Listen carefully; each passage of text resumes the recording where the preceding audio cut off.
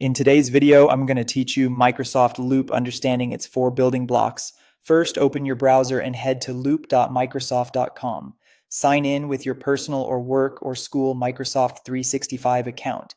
If you use a work account, make sure your organization has Loop enabled. Availability can vary by tenant or region. Once you're in, start by creating a workspace. Think of a workspace as the home for a project. It gathers your related pages, links, and files so nothing lives in scattered apps or threads. Workspaces are shared by design so your team can see what matters in one place. Give each workspace a clear name and description so collaborators immediately understand its purpose, and check the sharing settings to ensure the right people have access.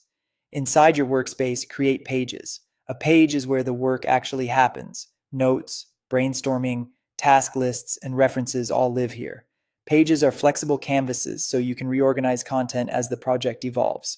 Use concise page titles, and when you need more structure, break a big topic into a few smaller pages. You can drag pages to reorder them and keep the left-hand navigation easy to scan. A quick way to get momentum is to use built-in templates like project planning. Templates pre-fill helpful sections such as goals, milestones, and task trackers, so you don't start from a blank screen. Customize any section to fit your workflow and delete what you don't need. On a page, you can simply click and start typing, or press the / key to open the insert menu. From there, add tables, checklists, and images, or assign tasks to teammates. Use checklists for lightweight to-dos and tables when you need columns like owner, status, or due date. The / menu is the fastest way to build structure without breaking your typing flow.